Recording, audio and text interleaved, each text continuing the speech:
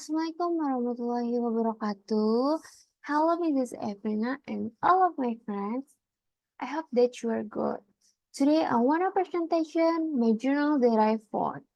This is tugas dari review journal. Ini dia judul jurnalnya, and Nutrition as a Publisher. Okay, this is journal identity.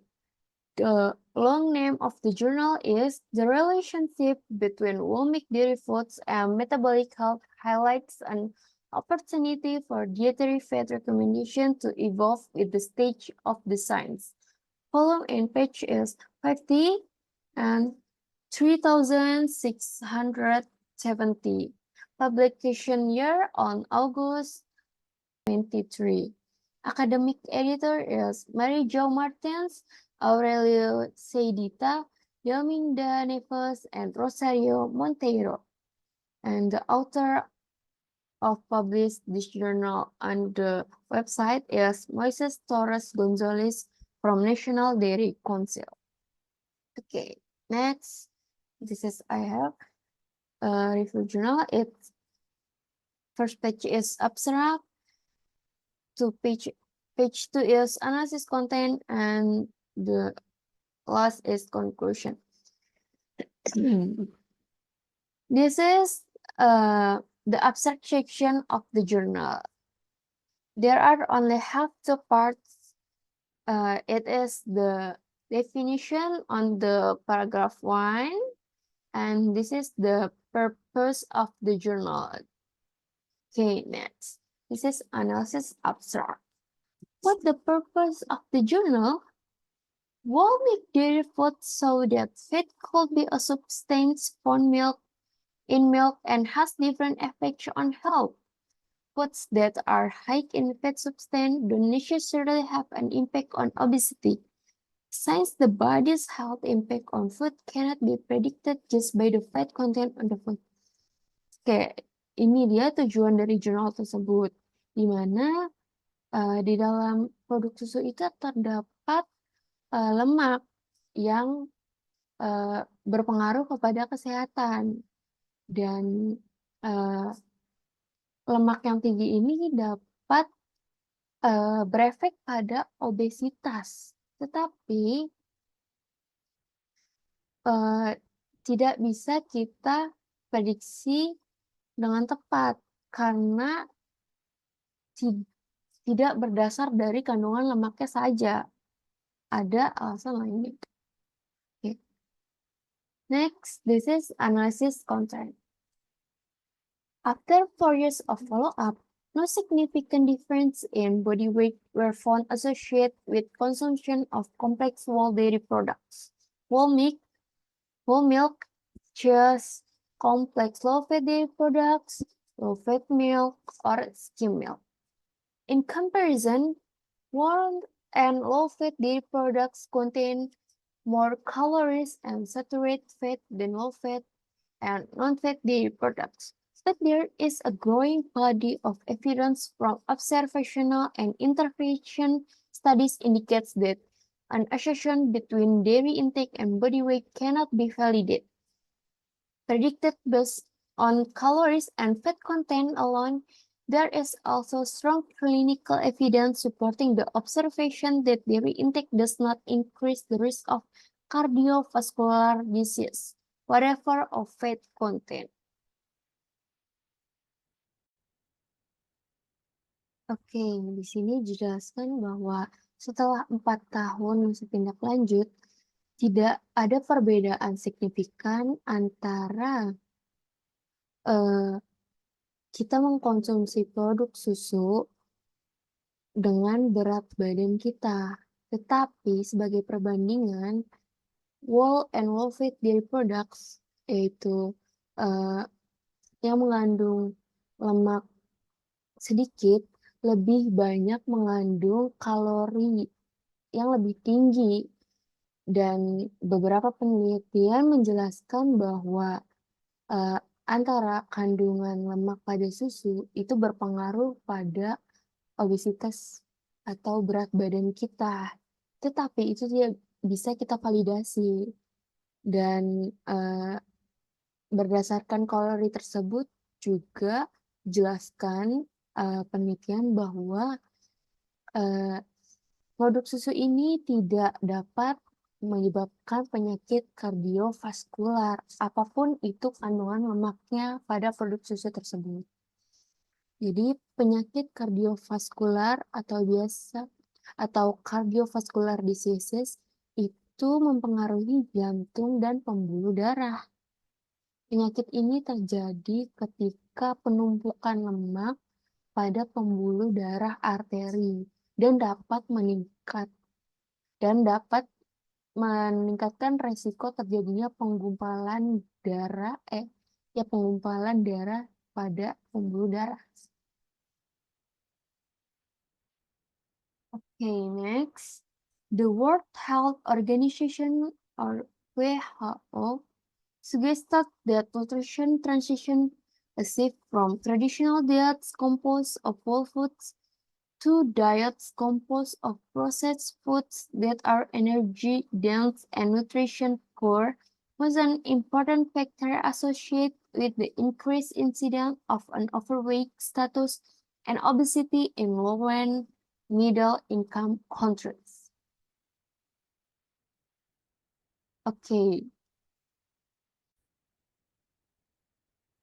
di sini dijelaskan WHO atau yang biasa kita kenal dengan Organisasi Kesehatan Dunia menjelaskan atau menyatakan bahwa terjadi perubahan pola makan di mana yang tadinya terdapat nutrisi penuh pada satu porsi makan kita dan berubah menjadi nutrisinya sedikit, sehingga berpengaruh kepada kelebihan berat badan ataupun obesitas yang terjadi di negara-negara yang berpendapatan rendah dan menengah. Gitu. Oke, kita lanjut pada conclusion atau kesimpulan. The conclusion explains a discussion of foods derived from whole milk and their impact on the health of the body.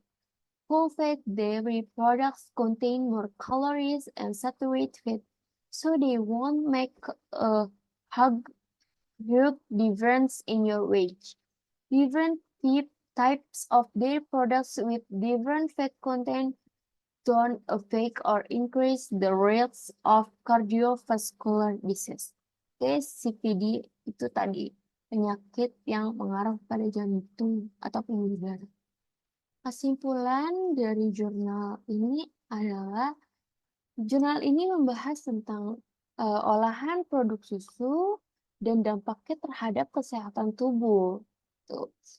Dan produk yang mengandung susu ini mempunyai lemak yang tinggi sehingga terdapat kalori yang tinggi juga dan lemak jenuh. Tetapi sudah dibahas di isi sebelumnya bahwa selama 4 tahun studi kasus itu tidak terjadi perbedaan yang besar ketika mereka mengonsumsi produk olahan susu yang memiliki lemak yang tinggi ini. Gitu. Dan juga produk olahan susu ini tidak berpengaruh pada penyakit kardiovaskular atau penyakit yang terjadi karena penggumpalan lemak pada pembuluh darah dan dia berpengaruh pada jantung.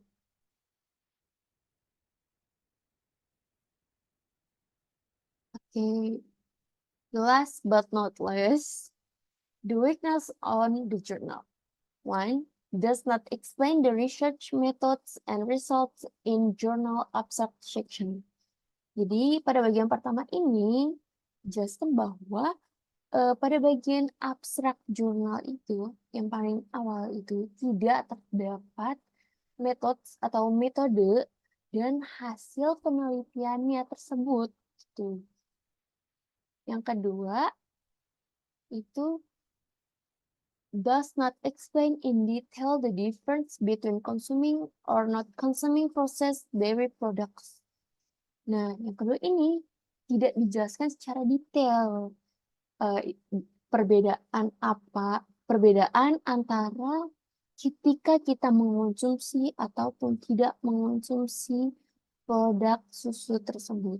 Memang disebutkan sebelumnya bahwa susu itu tidak terlalu berpengaruh kepada tubuh kita, tetapi tidak dijelaskan secara detail bagaimana hal tersebut bisa terjadi gitu dan apa perbedaannya walaupun signifikan, entah itu dari kesehatan tubuhnya, seluruh organnya tetap sehat atau bagaimana itu tidak terlalu dijelaskan secara detail.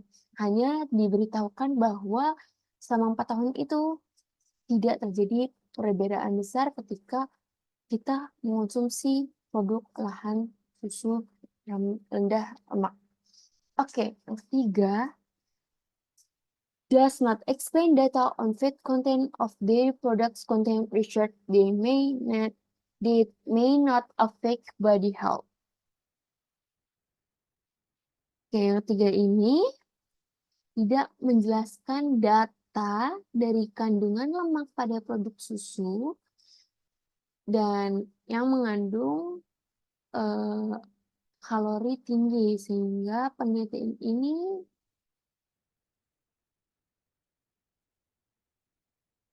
yang ketiga ini tidak menjelaskan data kandungan lemak pada produk susu yang terjadi selama penelitian ini yang mungkin baik itu berpengaruh atau tidak berpengaruh kepada kesehatan tubuh. Jadi hanya dijelaskan bahwa dia tidak berpengaruh kepada penyakit kardiovaskular, tapi tidak dijelaskan data-datanya. Berapa persen itu dia dapat berpengaruhnya kepada kesehatan tubuh atau yang sudah dijelaskan bahwa itu tidak berpengaruh, itu berapa persen, itu tidak dijelaskan selama penelitian produk susu ini. Thank you for listening that I presentation this journal. Mohon maaf apabila ada kesalahan dari saya. Itu saja yang dapat saya sampaikan.